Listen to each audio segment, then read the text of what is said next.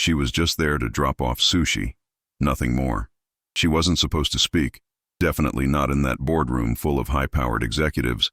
But in a single moment, one sentence changed everything. This is the true story of Sarah Miller, a former Yale student turned delivery girl who, with a glance at a Mandarin contract, stopped a billion-dollar mistake in its tracks. She didn't have a title. She didn't have a degree. But she had something no one in that room expected: insight, instinct, and the courage to speak up. In this video, you'll see how one overlooked woman became a cornerstone of a global company, not through ambition, but by simply refusing to ignore what she understood. You'll witness how a quiet act of clarity transformed a tech giant, inspired an institute, and sparked a cultural shift inside corporate America. And in the end, you'll understand, it was never about rising to the top. It was about giving language and people the respect they deserve. Stay with us, because this isn't a fairy tale. It's real. And it all began with one moment, one line of text, and a girl holding 2 paper bags of sushi. It started on a quiet morning as Sarah stepped into the marble lobby of Sterling Corp, not knowing that her life, and the lives of many others, were about to change forever. Sarah never thought she'd miss the silence of Yale's Sterling Library, but that morning, all she could think about was how different her life had turned out. The worn soles of her sneakers squeaked slightly on the polished marble floor of Sterling Corp's headquarters as she entered the top floor with 2 brown paper bags of sushi. She wasn't supposed to be up there. Deliveries rarely made it past the security desk, but the receptionist had waved her through in a panic, saying the meeting upstairs couldn't be interrupted. She figured it was just another corporate emergency. Her priority was to deliver the food and head back home to check on her mom, who had another chemo session that afternoon. Inside the boardroom, a dozen suits stared at a projection screen filled with Mandarin text. The air was tense, thick with frustration. At the head of the table was David Sterling himself, flawless suit, square jaw, every inch the billionaire tech CEO. When Sarah stepped in, he barely looked at her before barking, "Just leave it on the table." But as she turned to go, she heard him mutter, "If you're so smart, someone read this damn thing. Or maybe our delivery girl here wants to give it a shot." The room chuckled, but Sarah paused. Something in her chest tightened, not anger, but something deeper. She didn't like attention, especially not in situations like this. But the Mandarin on the screen had caught her eye, and she couldn't help but notice a strange clause near the bottom. Her voice came out quieter than she expected. "That clause says you'd be forfeiting your IP rights after the second funding round. You can't sign that."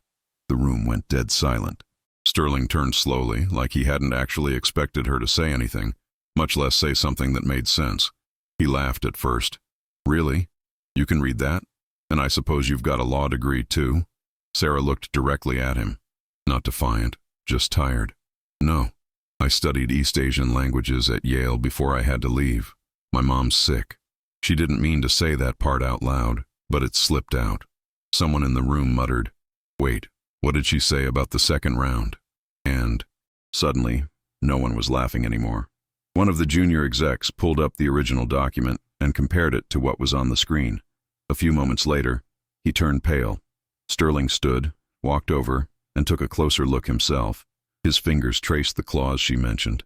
There it was, buried in convoluted legal Mandarin, a ticking bomb waiting to strip the company of everything it owned. If they'd signed that deal, it would have been catastrophic. Sarah stood there, bag still in hand, while a room full of the smartest people in the building silently processed that a delivery girl had just saved them millions. Sterling looked at her again, this time really looking. "Who are you?" he asked, but it didn't come out with mockery. It came out like someone who'd just seen something they didn't understand. Sarah didn't really know how to respond to his question. Who was she? She wasn't sure anymore. A year ago, she was giving a presentation on classical Chinese poetry to a packed auditorium. Now she was balancing 2 jobs and rushing home to measure out her mom's medications with trembling hands. So she just shrugged. "Nobody important," she said, setting the food down on the side table. But that clause was dangerous. She turned to leave, not wanting to linger. She hated attention. It made her feel like she was being seen too clearly. But Sterling wasn't ready to let it go. "Wait," he said more firmly. "You actually read that whole thing? On the screen? Just now?" Sarah nodded reluctantly. "Yeah, I mean, It's not that complicated if you understand how these documents are structured in Mandarin. They tend to bury key clauses in conditional phrasing, especially when the contract is designed to confuse non-native speakers. She wasn't trying to show off. It was just what she knew, something she hadn't had a chance to use since dropping out. She looked around, realizing how surreal it was to even be standing there, explaining this to a room of executives. For a long beat, no one said anything. Then one of the executives cleared his throat and said, "She's right. There are other irregularities too. I think we need a full retranslation before we move forward." David Sterling just stared at Sarah, and something shifted in his posture, something that felt less like arrogance and more like humility. "What's your name?" he asked again, but this time gently. "Sarah Miller," she said. "But seriously, I just came to drop off lunch. That's all." She grabbed her delivery pad, trying to back out, but the room felt frozen in place, like everyone was watching the moment reshape itself into something else. When the elevator doors finally closed, Sarah let out a breath she didn't know she'd been holding. Her heart was still racing, but not out of fear, more like the adrenaline of having done something that mattered, even for just a second. She tried to shake it off. She didn't want to get her hopes up. People like her didn't get second chances just because they spotted something in a contract. Life didn't work that way. And besides, she had to catch the bus back to the east side and pick up her mom's meds before the pharmacy closed. That was real life. What happened in that boardroom felt like a weird detour from a road she already knew too well. But later that night, as she was reheating canned soup in the tiny apartment kitchen, her phone buzzed with a call from a number she didn't recognize. She almost didn't answer. She never answered. Unknown numbers. Too many debt collectors and hospital billing offices. But something told her to pick up. "Sarah Miller," said a voice. It was David Sterling. She dropped the spoon into the pot, nearly burning herself. He apologized for the way he spoke to her earlier, and then said words she never expected to hear. "Would you consider coming in tomorrow? I think we could really use someone like you." She thought it was a joke at first. It wasn't. She barely slept that night. Her mind was spinning, not with excitement, but with disbelief. What if it was some kind of mistake? Or worse, a setup to mock her again? She kept replaying the moment in her head. The quiet in the room after she spoke, the shift in David Sterling's tone, the way someone had scribbled her name down before she left. She didn't know what to wear, or if she was even supposed to dress differently. In the end, she wore the cleanest pair of jeans she had, a plain black top, and pulled her curls back into a ponytail. She left a note for her mom and took the bus before sunrise. When she got to Sterling Corp the next morning, the receptionist greeted her by name. That alone almost made her turn around and leave. How did they even know who she was? But she was escorted to the same floor as the day before, except this time, she wasn't holding takeout. She was taken into a smaller meeting room where David Sterling was already waiting. No assistants, no board members, just him and a steaming cup of coffee placed in front of an empty seat. "Have a seat, Sarah," he said, motioning to the chair across from him. His tone wasn't corporate or cold, it was curious. He didn't start with small talk. He went straight to it. "You saved us yesterday. Not just money, embarrassment, lawsuits, maybe even worse. That contract was a trap." She nodded slowly. "I didn't mean to get involved. I just couldn't unsee it." He smiled at that, not in a condescending way, but like he genuinely respected what she said. Then he did something she didn't expect. He asked about her life, where she came from, what she studied, why she left Yale. She hesitated, unsure how much to share, but eventually, it came pouring out. How her mom's diagnosis had changed everything. How scholarships weren't enough when you had to pay for rent, groceries, and meds all at once. He listened, not in that polite, glazed-over way executives do during PR events, but like someone who was really hearing it. Then he said something that caught her completely off guard. "We need someone with your skills, Sarah, not just language skills. The way you think, the way you see things people overlook. I want to offer you a temporary contract. Consultant work, flexible hours, full benefits. You can still take care of your mom, but I want you on our team." She stared at him, not knowing what to say. She'd come here thinking maybe he'd offer her a thank you card, not a job. Sarah didn't say yes right away. She asked if she could think about it, and he said of course. He handed her a card with his assistant's number and told her to take her time. On the way back home, she looked out the bus window and tried to process what had just happened. She felt like she was in someone else's life. A week ago, she was calculating which bills she could delay without triggering a shutoff. Now she was being offered a job by one of the most powerful CEOs in the country. And the weirdest part, it all started because she noticed a few suspicious lines in a Mandarin contract while delivering sushi. When Sarah told her mom about the offer, her first reaction was worry. "You've already given up so much for me," she said softly, her voice thin from the treatment. "Don't get distracted by what-ifs. We still have bills." But Sarah wasn't sure this was a what-if. For once, something felt aligned. Still, she didn't want to rush into anything. She called the assistant the next morning and asked if she could start part-time, just a few hours a day, and only if it wouldn't interfere with her caregiving schedule. The assistant said they'd make it work. By that afternoon, she was reviewing internal communications for inconsistencies in international partnerships. It wasn't glamorous. Her desk was in a shared space, and she wasn't even technically an employee yet, just a contractor. But she had access to things: memos, early drafts of global pitches, email threads that were normally buried in legalese. And she saw patterns. She'd always seen patterns. Sometimes it was a phrasing in Korean that subtly shifted the tone of a contract. Other times it was an overlooked clause in Spanish that reversed the liability structure. She flagged them all, and by the end of her first week, someone in the legal department asked, "Who the hell is this girl?" What surprised her most wasn't that she could do the work, it was how much she missed doing it.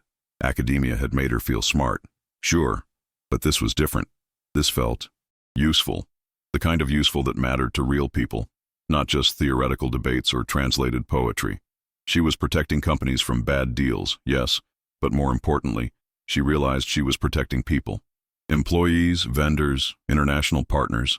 So many of them were caught in webs of language they didn't fully understand. And she knew what that felt like, especially watching her mom struggle with hospital paperwork written in English that even lawyers would squint at. David didn't hover, but he checked in occasionally. A short message here, a passing nod in the hallway. He never treated her like she didn't belong, which, to Sarah, was maybe the most shocking part. No fake smiles, no awkward silences, just acknowledgement, like he knew she was already contributing. After a month, she got a formal contract offer. It came with a salary, health insurance, and a title, Cultural and Linguistic Compliance Specialist. It sounded made up, but she didn't care. She printed it and taped it to the fridge. Her mom cried when she saw it, but not everyone was thrilled. There were whispers in the office about the delivery girl who got fast-tracked into a corporate role. Some resented her. Others just didn't know what to make of her. One day she overheard someone say, "She probably slept her way into that job." It stung more than she expected. She'd worked so hard to keep her head down, to prove herself through action, not appearance. That night, she stayed late in an empty office, rereading a dense Arabic contract with handwritten annotations. She could have left at 5, but she didn't, because some part of her needed to prove, to herself more than anyone, that she belonged. It was sometime during her second month when David Sterling called her into his office again. She assumed it was to review one of the partnership audits she'd submitted, but instead, he handed her a stack of documents written in Mandarin, Korean, and legal English. "I need a second pair of eyes on this. Something feels off," he said. She sat in the chair across from him and immediately noticed a discrepancy. 3 versions of the same agreement, but subtle language shifts in the Mandarin version gave the supplier far more power than intended. She pointed it out, then hesitated. "I think it's intentional," she said quietly. David nodded. "I thought so too." That moment shifted everything. From that day on, she wasn't just another analyst. She became his go-to person for anything that crossed linguistic or cultural lines. Her desk was moved closer to the executive floor, not quite up there with the C-suite, but far enough from the intern bullpen to make it clear. Sarah Miller mattered. She didn't let it get to her head, though. She still rode the same bus, still helped her mom with treatments, still made instant noodles for dinner more often than she'd admit.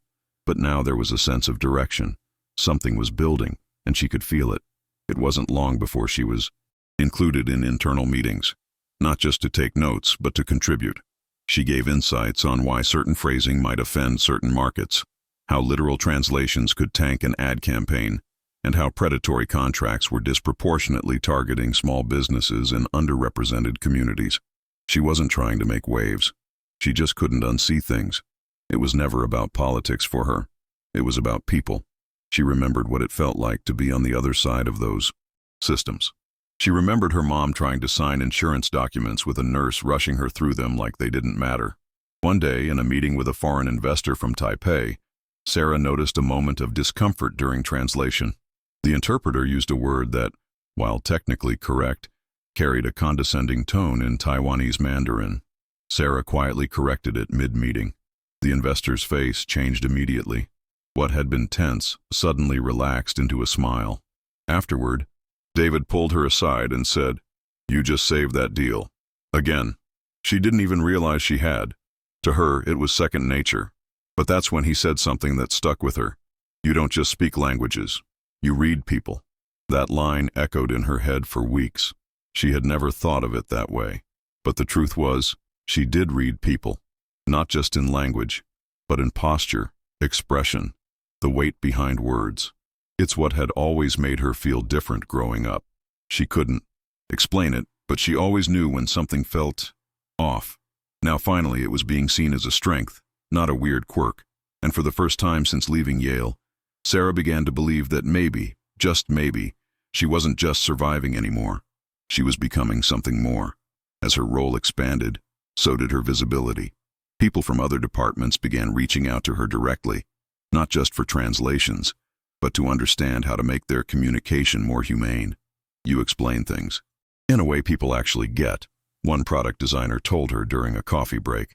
Sarah never planned to be the center of anything, but it was becoming clear that her way of seeing language, as more than just words, was filling a gap nobody else had noticed. She didn't just translate meanings.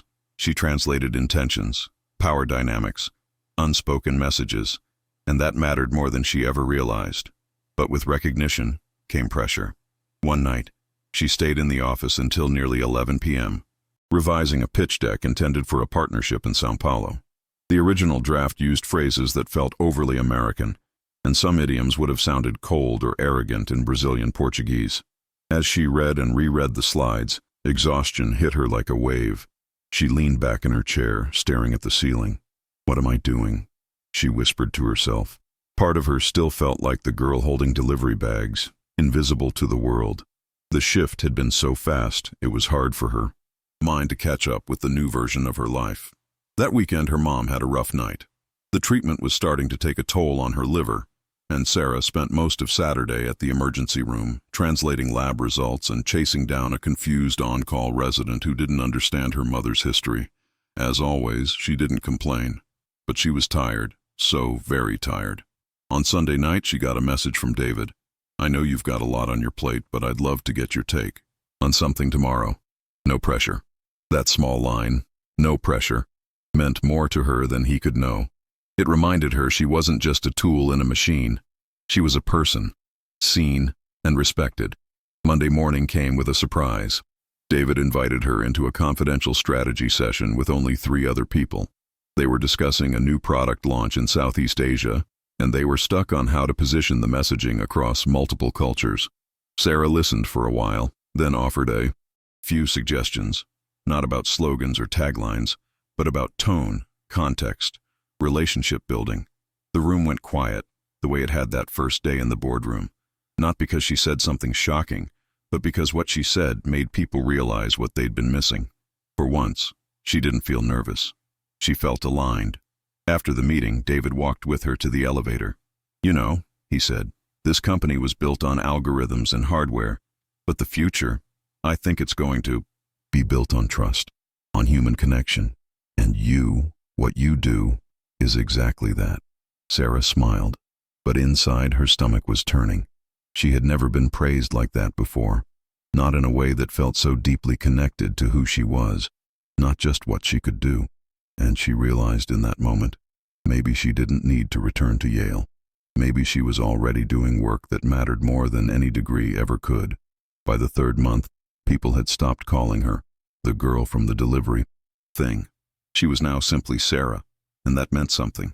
Her name was mentioned in meetings even when she wasn't in the room. Departments began involving her earlier in projects, not just as a fixer, but as a voice worth hearing from the beginning. But what struck Sarah the most wasn't the respect. It was how natural it felt to care this much about the clarity of a sentence or the tone of a translation. She remembered something a linguistics professor once told her. Words build the world we live in. Back then, she thought it sounded poetic. Now, it felt like truth. One afternoon, she got an internal memo asking if she'd be willing to train new hires on cultural literacy. It was optional, unpaid, and outside of her scope. But she said yes, without hesitation. She crafted a short workshop, filled with real examples. Hospital forms that scared immigrant families, contracts designed to confuse small business owners, marketing slogans that alienated more than they attracted. The feedback was overwhelming. Some employees told her it was the first time they'd thought about how language affects power. Others said they felt embarrassed, even ashamed, for not realizing how much they'd been missing. A week later, David called her into his office again. This time, he wasn't holding papers or asking for feedback. He just said, "There's something I've been thinking about. You've changed the way we work, not just on deals, but in how we think, how we communicate. And I think that deserves more than a job title." Sarah didn't know what he meant at first. Then he said it.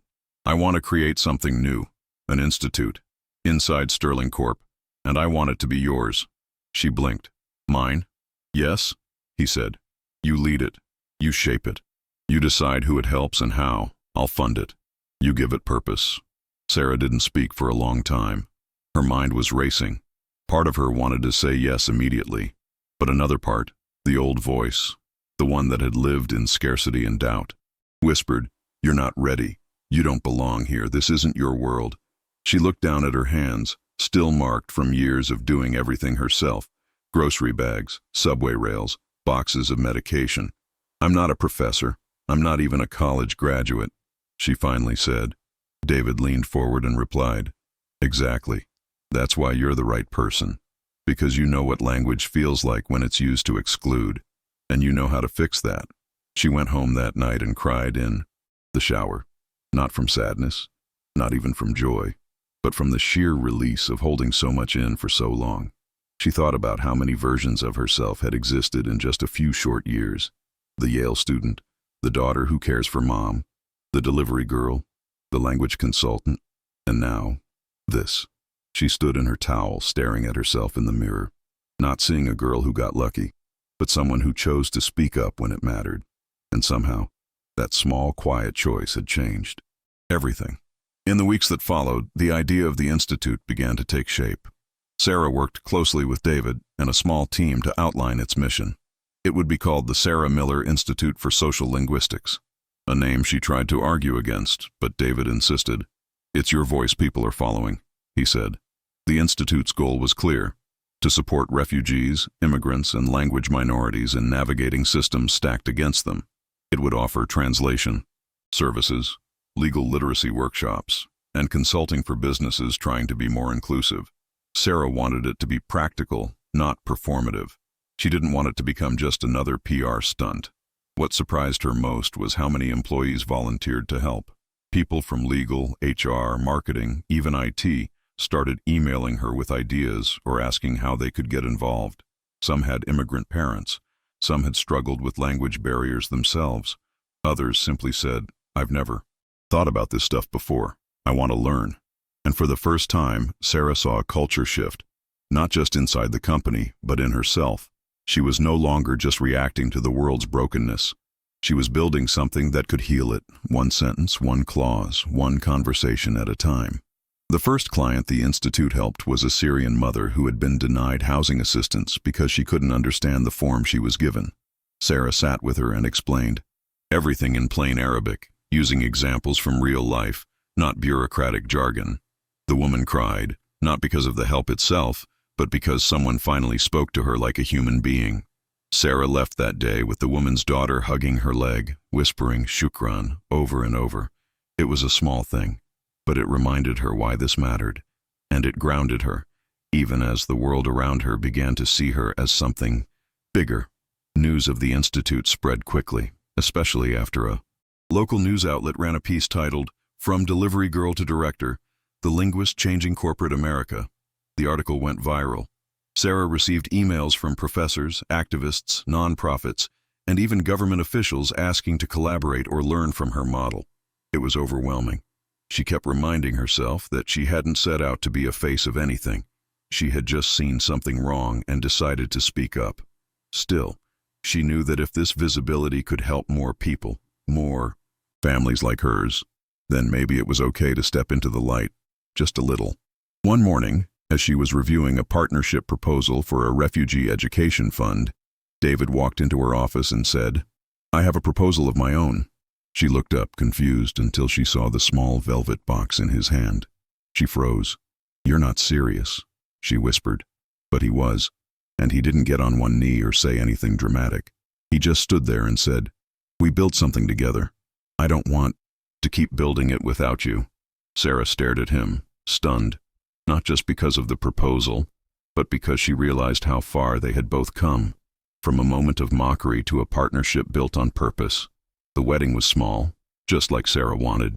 No press, no headlines, just family, close friends, and a few colleagues who had become like family over time.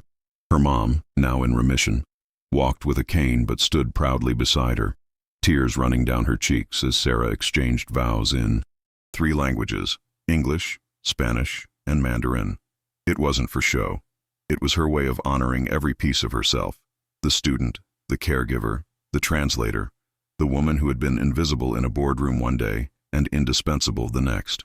David held her hand the whole time, never once looking away. They didn't go on a fancy honeymoon. Instead, they flew to Quito, Ecuador, to meet with community leaders organizing language access programs for rural clinics.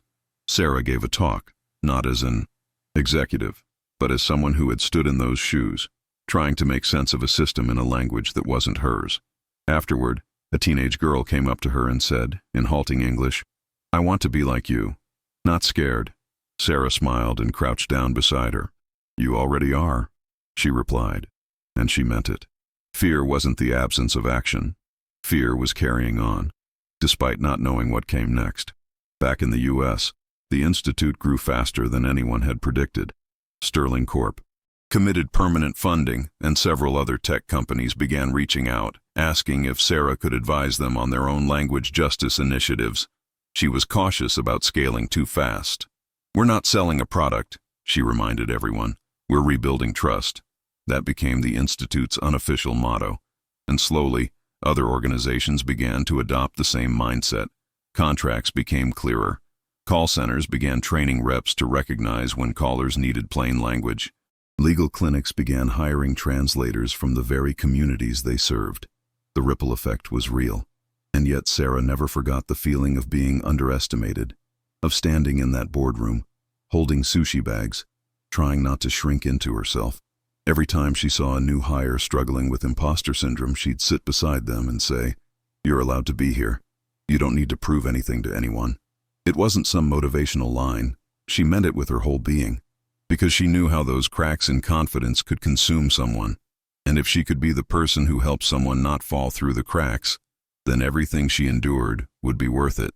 Then, one afternoon, almost a year to the day since that first meeting, Sarah walked into an empty conference room. On the table was a fresh copy of a new partnership agreement. Someone had left it there for review. Out of habit, she scanned the clauses, and there it was. Again, a hidden line, buried, deep, subtly altering the terms of equity after the 3rd fiscal year.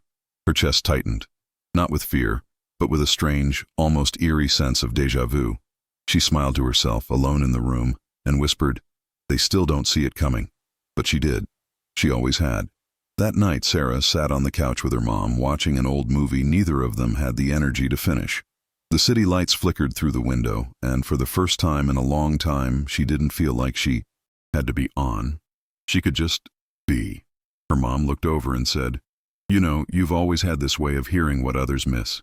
Even as a little girl, you'd translate things I didn't even realize needed translation." Sarah chuckled, laying her head on her mother's shoulder. "I guess I never really stopped doing that." It hit her then. Maybe her purpose had never been about climbing anything. It had always been about listening. In the months that followed, the Institute launched a mentorship program. Not with fancy brochures or complicated metrics, but just by pairing young people from underserved backgrounds with professionals who actually understood what it was like to start with nothing. Sarah personally mentored 2 girls, one from Guatemala, the other from the Bronx. Both wanted to study linguistics but didn't know where to start. She didn't give them a formula. She gave them space. Ask better questions, she told them. Don't worry about sounding smart, just stay curious. That's where all of this started for me. By the end of that year, Sarah received an email from Yale. Someone in the East Asian Languages department had nominated her for an honorary degree. She stared at the message for several minutes, unsure whether to laugh or cry. She hadn't stepped foot on that campus in years, and part of her didn't want to. Not because of resentment, but because everything she'd built, she built without needing to go back. She politely declined the ceremony, asking instead if they'd consider launching a plain language translation initiative for incoming international students. That, she wrote, would mean more to me than any diploma ever could. But the strangest moment came a few weeks later during a conference in Berlin. Sarah had just finished speaking on a panel about language equity when a man approached her with a nervous smile. "I don't know if you remember me," he said, "but I was in the room that day, the contract, the sushi." It took her a second, but then it clicked. He was one of the execs from that very first meeting. "I just wanted to say, I've never forgotten how you handled that moment. I don't think any of us have."